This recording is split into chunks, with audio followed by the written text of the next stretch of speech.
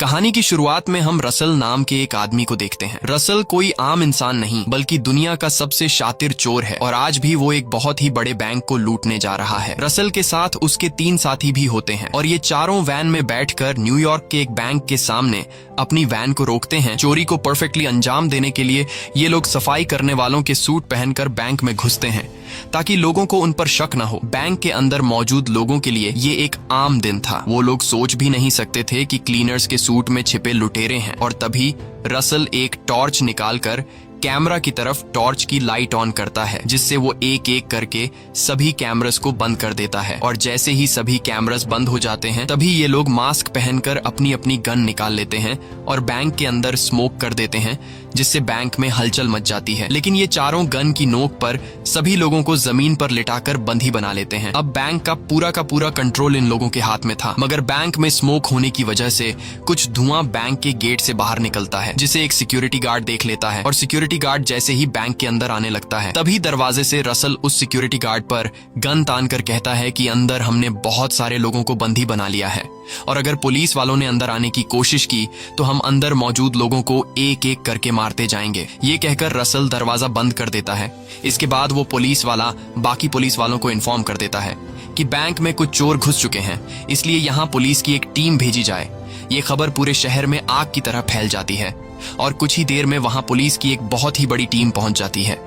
ये लोग बैंक को चारों तरफ से घेर लेते हैं, मगर बैंक के अंदर नहीं जा पाते क्योंकि चोरों की तरफ से उन्हें धमकी मिली थी कि अगर एक भी पुलिस वाला बैंक के अंदर आने की कोशिश करेगा तो हम एक एक करके अंदर मौजूद लोगों को मारते जाएंगे। वहीं हम बैंक के अंदर देखते हैं कि रसल और उसके 3 साथियों ने मिलकर बैंक के अंदर मौजूद सभी लोगों को लाइन में खड़ा किया है और एक एक करके सभी से मोबाइल फोन्स ले लेते हैं। लेकिन यहाँ जो इस बैंक का मैनेजर होता है उसका मोबाइल फोन इन्हें नहीं मिलता। और जब रसल उससे पूछता है कि तुम्हारा मोबाइल कहाँ है, जिस पर वो कहता है कि मैं अपना मोबाइल फोन घर पर भूल गया हूँ, रसल उसे वार्निंग देता है कि अगर तुमने अपना मोबाइल कहीं छुपा कर रखा है तो मुझे बता दो, और अगर मैंने तुम्हारा मोबाइल फोन ढूंढ लिया तो मैं तुम्हारी ऐसी हालत कर दूंगा कि तुम दोबारा खड़े होने के लायक नहीं रहोगे। लेकिन मैनेजर अपनी बात पर अड़ा रहता है और कहता है कि आज मैं अपना मोबाइल फोन घर पर भूल गया हूँ। पर रसल को उसकी बात पर यकीन नहीं होता, इसलिए रसल ने वहां पर जितने भी लोगों से मोबाइल फोन्स लिए थे, रसल उन मोबाइल फोन्स में मैनेजर का नंबर ढूंढता है और वो उस नंबर पर कॉल करता है और तभी उसका फोन रिंग होना शुरू हो जाता है जो उसने दरवाजे के पीछे फेंक दिया था। इस बात से रसल को बहुत गुस्सा आता है और रसल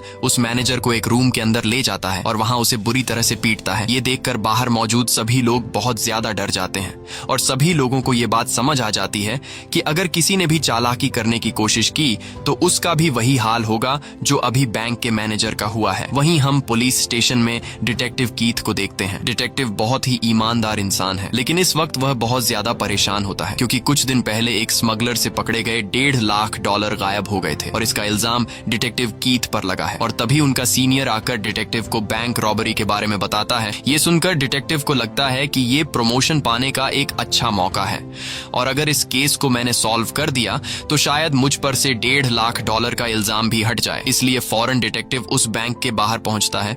दूसरी तरफ ये खबर बैंक के ओनर को भी मिल जाती है जिसका नाम आर्थर है। आर्थर एक बहुत ही अमीर और पावरफुल इंसान था, इसलिए जब आर्थर को पता चला कि उसके बैंक में डकैती हुई है तो आर्थर को इस बात से कुछ फर्क ही नहीं पड़ा, जिससे हमें पता चलता है कि आर्थर को पैसों की कोई परवाह नहीं है।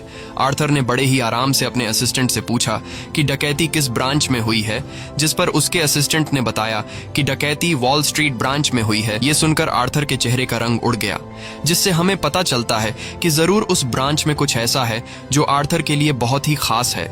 जिसके बाद बैंक का ओनर तुरंत एक लेडी से मिलता है। इस लेडी का नाम मैडलिन है। मैडलिन एक बहुत ही शार्प माइंड औरत है जो लोगों को अपनी बातों में फंसाकर उनसे अपना काम आसानी से करवा लेती थी और मैडलिन इस काम के पैसे चार्ज किया करती थी बैंक का ओनर आर्थर। मैडलिन से कहता है कि तुम्हें जितने पैसे चाहिए मिल जाएंगे, लेकिन तुम्हें मेरा एक काम करना होगा। उसने मैडलिन को बताया कि मेरे जिस बैंक में चोर घुसे हैं उस बैंक के वॉल्ट में मेरा एक सेफ डिपॉजिट बॉक्स है। Box number 392। उस बॉक्स में मेरा बहुत ही कीमती सामान रखा गया है। जिसे मैं किसी भी कीमत पर खोना नहीं चाहता, और मैं नहीं चाहता कि उस बॉक्स में जो रखा गया है वो किसी दूसरे के हाथ लगे। आर्थर मैडलेन से कहता है कि मैं जानता हूं तुम बहुत ही चालाक हो और तुमने कई अमीर लोगों के मुश्किल काम आसानी से सॉल्व किए हैं, और मैं चाहता हूं कि तुम इस बैंक में जाओ और वहां सेफ डिपॉजिट से बॉक्स नंबर 392 में जो रखा गया है उसे बिना किसी दूसरे के हाथ लगे मेरे पास ले आओ। मैडलेन डील एक्सेप्ट करने से पहले कहती है कि इस बॉक्स में जो रखा गया है उसे तुम्हारे पास पहुंचाने के बाद मुझे तो कोई खतरा नहीं होगा, जिस पर आर्थर जवाब देता है नहीं, इस बॉक्स में जो है वो तुम्हारे पैदा होने से भी पहले का है और इससे किसी को भी नुकसान नहीं है सिवाय मेरे। आर्थर कहता है कि अगर वो चीजें दुनिया के सामने आ गईं तो मुझे दुनिया के सवालों का सामना करना पड़ेगा, जिसे सुनकर मैडलेन समझ जाती है कि आर्थर ने जरूर कई साल पहले कुछ लोगों के साथ गलत किया है। दूसरी तरफ हम बैंक के अंदर का सीन देखते हैं जहां ये चारों रॉबर्स प्लान के मुताबिक अपने काम पर लगे होते हैं। इन रॉबर्स में से एक लड़की भी होती है और ये एक दूसरे को स्टीव, स्टीवी और स्टीवो के नाम से बुलाते हैं ताकि उनका असली नाम किसी को न पता चल सके। अब यहाँ ये रॉबर्स जेंट्स को अलग और लेडीज को अलग लाइन में खड़ा कर देते हैं, जिसके बाद रसल सभी लोगों को कपड़े उतारने के लिए कहता है और सभी को एक जैसे कपड़े देकर कहता है कि इन्हें जल्दी से पहन लो। साथ ही रसल इन सभी लोगों को मास्क भी देता है और उसके बाद ये चारों रॉबर्स भी उन लोगों की तरह सेम कपड़े पहन लेते हैं। अब बैंक के अंदर सभी लोगों के एक जैसे कपड़े थे। रसल ऐसा इसीलिए करता है कि अगर अंदर पुलिस आई तो पुलिस कंफ्यूज हो जाए कि कौन चोर है और कौन आम इंसान।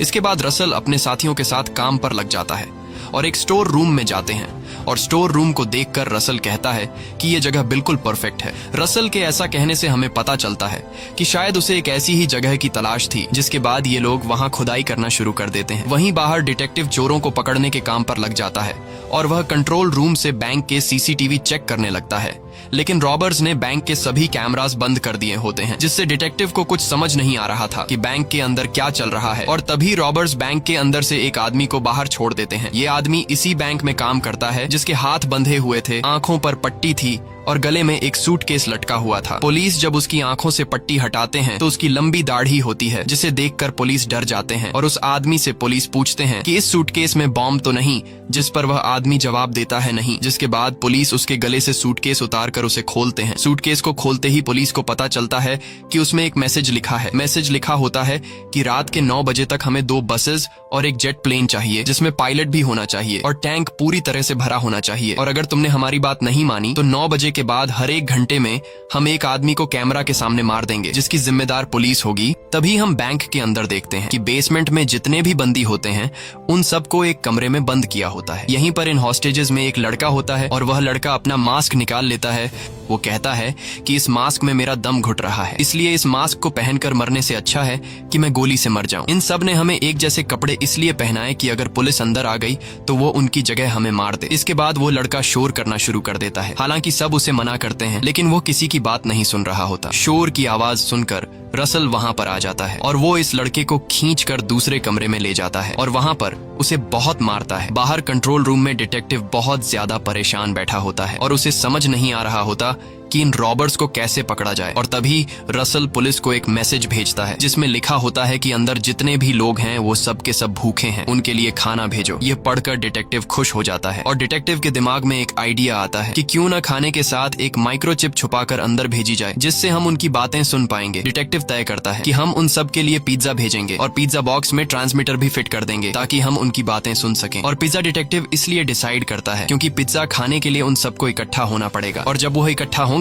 तो हम उनकी बातें आराम से सुन पाएंगे। और इसके बाद पुलिस अंदर पिज्जा भेजवाती है। पिज्जा भेजवाने के बाद डिटेक्टिव और उसके साथी हेडफोन्स लगाकर कंट्रोल रूम में बैठ जाते हैं और उन रॉबर्स की रिकॉर्डिंग सुनने के लिए बेताब हो रहे होते हैं। और तभी उन्हें रिकॉर्डिंग सुनाई देने लगती है, लेकिन उन्हें रॉबर्स की बातें समझ नहीं आती क्योंकि रॉबर्स एक अलग लैंग्वेज में बात कर रहे होते हैं और पुलिस को यह पता ही नहीं होता कि यह कौन सी लैंग्वेज है। अब जब इन लोगों को यह लैंग्वेज समझ नहीं आ रही होती तब डिटेक्टिव डिसाइड करता है कि वह इस लैंग्वेज को पहचानने के लिए बाहर मौजूद लोगों की मदद लेगा। जिसके बाद इस रिकॉर्डिंग को स्पीकर पर ऑन किया जाता है। तब क्राउड में एक औरत कहती है कि मैं इस लैंग्वेज को पहचानती हूँ, जिसके बाद उस औरत को कंट्रोल रूम में लाया जाता है। वह औरत पूरी रिकॉर्डिंग सुनने के बाद जोर जोर से हंसने लगती है और कहती है कि मैं जानती हूँ कि यह आदमी कौन है और क्या बोल रहा है। ये सुनकर डिटेक्टिव खुश हो जाता है और उससे पूछता है कि कौन है यह आदमी, जिस पर वह बताती है कि यह अल्बेनिया का एक्स प्रेसिडेंट है जो अब इस दुनिया में नहीं रहे। ये उनकी एक पुरानी रिकॉर्डेड स्पीच है, यानी कि अंदर जो रॉबर्स थे उन्हें पता था कि पिज्जा बॉक्स के अंदर ट्रांसमीटर लगे हुए हैं, इसीलिए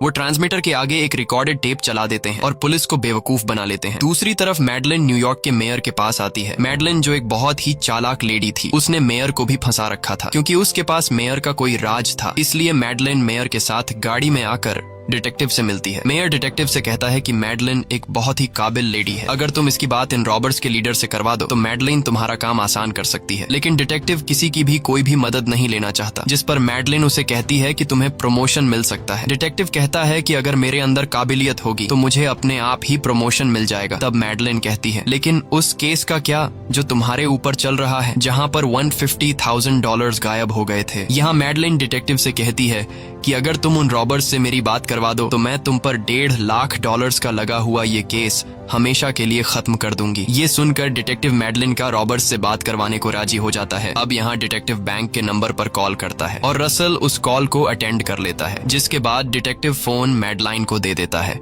और मैडलाइन रसल से कहती है कि मैं तुम्हारी मदद कर सकती हूँ, तुम यह सब किस लिए कर रहे हो। रसल कहता है कि पैसों के लिए। तब मैडलाइन उसे कहती है कि मैं तुम्हें इतने पैसे दिलवा सकती हूँ जितना तुम बैंक से भी चोरी नहीं कर सकते। मैडलिन कहती है कि मैं न तो पुलिस वाली हूँ और न ही मैं तुम्हारा काम बिगाड़ना चाहती हूँ, बस मुझे बैंक के अंदर से सेफ्टी डिपॉजिट बॉक्स में रखा गया कुछ सामान लेना है। रसल उसकी बात मान लेता है और मैडलिन को अंदर आने की इजाजत दे देता है। कुछ देर बाद रसल और मैडलिन एक दूसरे के आमने सामने होते हैं। मैडलिन रसल से कहती है कि तुम अच्छी तरह जानते हो कि तुम यहाँ से किसी भी कीमत पर भाग नहीं सकते, तुम सरेंडर कर दो। मैं तुमसे वादा करती हूँ कि तुम्हें कम सजा होगी और जब तुम छूट कर आओगे तो तुम्हें $20 लाख दिए जाएंगे, लेकिन बदले में अभी मुझे बैंक के अंदर आने दो, मुझे एक लॉकर से कुछ सामान निकालना है। इस पर रसल कहता है कि कौन सा लॉकर, तुम लॉकर नंबर 392 की बात तो नहीं कर रही। ये सुनकर मैडलिन घबरा जाती है। तब रसल कहता है कि तुम साफ साफ क्यों नहीं बताती कि तुम यहाँ क्यों आई हो। मैडलिन कहती है कि मैं नहीं बता सकती। रसल कहता है कि मैं बताता हूँ, मैं तुम्हें एक कहानी सुनाता हूँ। वर्ल्ड वॉर 2 के दौरान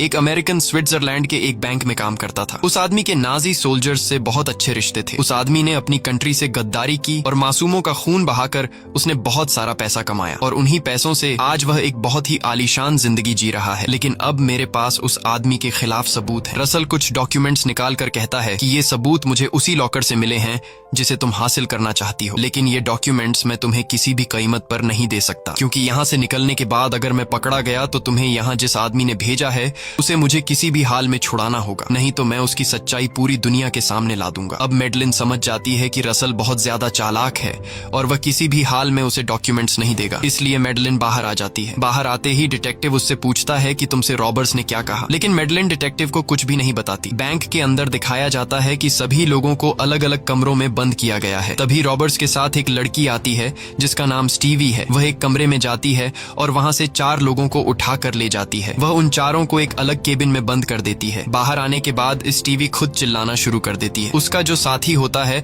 वह स्टीवी को भी उन 4 लोगों के साथ बैठा देता है जहां स्टीवी ने अभी अभी 4 लोगों को बंद किया था। दरअसल ये लोग जानबूझकर बंदियों में खुद को मिक्स कर देते हैं और वहां मौजूद बंदियों को भी यह पता नहीं चलता कि कौन चोर है और कौन होस्टेज। रसल ने पहले से सब कुछ परफेक्टली प्लान किया होता है। अब ये लोग जो गड्ढा खोद रहे थे वह गड्ढा भी अब पूरा हो जाता है। उधर बाहर डिटेक्टिव परेशान बैठा होता है और उसे समझ नहीं आ रहा होता कि अगला कदम मुझे क्या लेना चाहिए। रॉबर्ट्स ने उन्हें जो टाइम दिया था कि 9 बजे तक 2 बसें और एक हेलीकॉप्टर चाहिए, वह टाइम भी पूरा हो चुका होता है। तभी डिटेक्टिव को रसल का कॉल आता है। रसल उसे इधर उधर की बातों में उलझाता है और पहेलियां पूछता है। इससे डिटेक्टिव समझ जाता है कि यह हमें बातों में उलझा रहा है। डिटेक्टिव अपने साथी पुलिस वालों से कहता है कि पहले उन्होंने हमें टाइम दिया लेकिन हमने उनका काम पूरा नहीं किया, उसके बाद उन्होंने हमें और टाइम दिया। इसका मतलब रॉबर्ट्स हमारा टाइम बर्बाद कर रहे हैं, इसलिए हमें जल्दी एक्शन लेना होगा। इसके बाद डिटेक्टिव बैंक के नंबर पर रसल को कॉल करता है। वह रसल से झूठ कहता है कि तुमने जो मांगा था उसका हमने पूरा इंतजाम कर दिया है, लेकिन उससे पहले मैं अंदर आऊंगा। मैं यह देखना चाहता हूँ कि तुमने किसी को मारा तो नहीं है। रसल मान जाता है